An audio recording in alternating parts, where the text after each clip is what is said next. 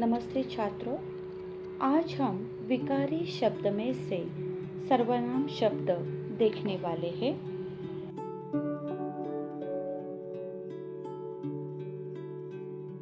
अब हम सर्वनाम की परिभाषा देखते हैं। वाक्य में संज्ञा के बदले आने वाले शब्द को सर्वनाम कहते हैं। मैं फिर से दोहराती हूँ। वाक्य में संज्ञा के बदले आने वाले शब्द को सर्वनाम कहते हैं। एक उदाहरण देती हूँ।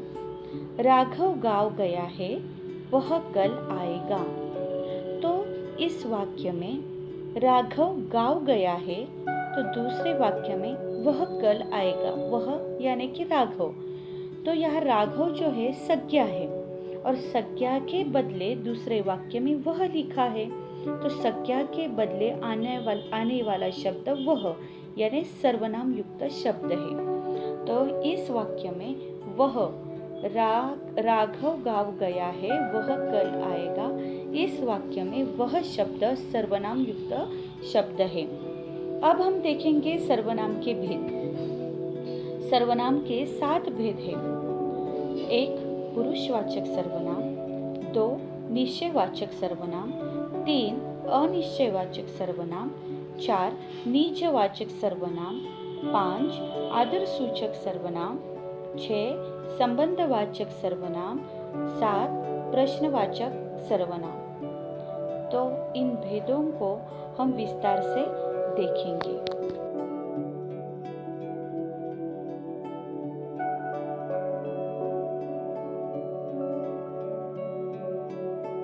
अब हम पुरुषवाचक सर्वनाम देखते हैं।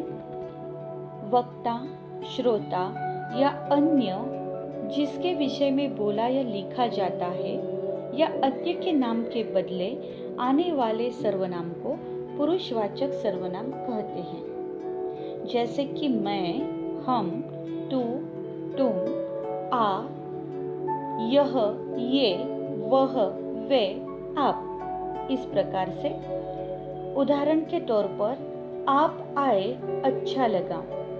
तो इस वाक्य में आप जो शब्द है वो पुरुषवाचक सर्वनाम का उदाहरण है।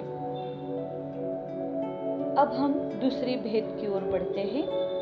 निश्चयवाचक सर्वनाम निश्चित व्यक्ति या वस्तु का बोध कराने वाले शब्द निश्चयवाचक सर्वनाम कहलाते हैं। जैसे कि यह, वे, वह, वे। उदाहरण, वे अच्छे शिकारी है। तो इस वाक्य में वे ये शब्द जो है निश्चयवाचक सर्वनाम का उदाहरण है।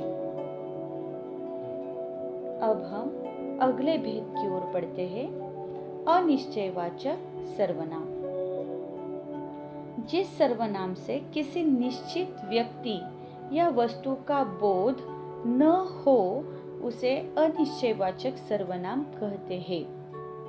उदाहरण के तौर पर कोई, कुछ, किसी इस प्रकार के शब्दों का प्रयोग होता है। उदाहरण, कोई आ रहा है, यानी कि निश्चित स्वरूप में हमें पता नहीं है कि कौन आ रहा है, इसलिए कोई शब्द का यहाँ पर प्रयोग किया गया है, अनिश्चित शब्द का। और इसी कारण से कोई आ रहा है इस वाक्य में कोई शब्द अनिश्चयवाचक सर्वनाम कहलाता है।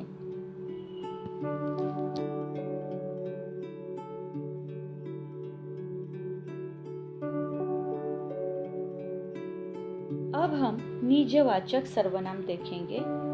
जिस सर्वनाम का प्रयोग कर्ता के लिए, कर्ता के अपनेपन का बोध कराने के लिए होता है उसे निजवाचक सर्वनाम कहते हैं। इसमें स्वयं, खुद आदि शब्दों का प्रयोग किया जाता है। उदाहरण के तौर पर शुभम की माँ स्वयं खाना बनाती है। तो यहाँ पर स्वयं शब्द निजवाचक सर्वनाम का उदाहरण है। अगला भेद है संबंधवाचक सर्वनाम।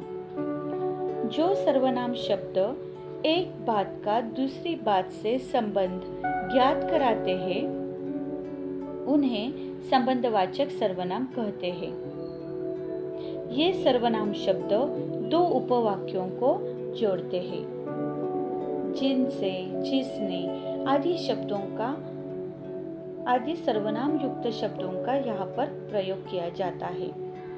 जैसे कि उससे पुरस्कार मिला जिसने अच्छा अभिनय किया। इस वाक्य में जिसने ये शब्द जो है संबंधवाचक का उदाहरण कहलाता है।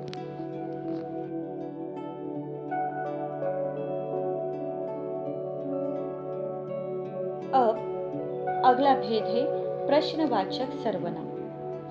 जो सर्वनाम प्रश्न पूछने के काम आते हैं उन्हें प्रश्नवाचक सर्वनाम कहते हैं। जैसे कि किसने, कौन, क्या, कैसे, कहा आदि शब्दों का प्रश्नवाचक सर्वनाम शब्दों में प्रयोग किया जाता है। उदाहरण के तौर पर, यह निबंध किसने लिखा है? तो इस वाक्य में किसने जो शब्द है वो प्रश्नवाचक सर्वनाम कहलाता है। और एक उदाहरण देती हूँ, रूपाली कहाँ रहती है? रूपाली कहाँ रहती है? तो कहाँ ये शब्द जो है प्रश्नवाचक सर्वनाम का उदाहरण है। और अंतिम भेद है आदर सूचक सर्वनाम।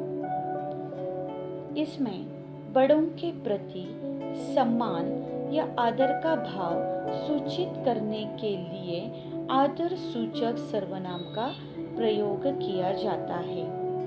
जैसे आप, ये जो शब्द है आदर सूचक का उदाहरण है। उदाहरण के तौर पर, आप मेरे गुरु हैं, तो आप ये जो शब्द है आदर सूचक सर्वनाम का उदाहरण है। तो इस प्रकार से हमने सर्वनाम की परिभाषा और सर्वनाम के भेद जाने हैं और उनके उदाहरण भी हमने देखे हैं। धन्यवाद।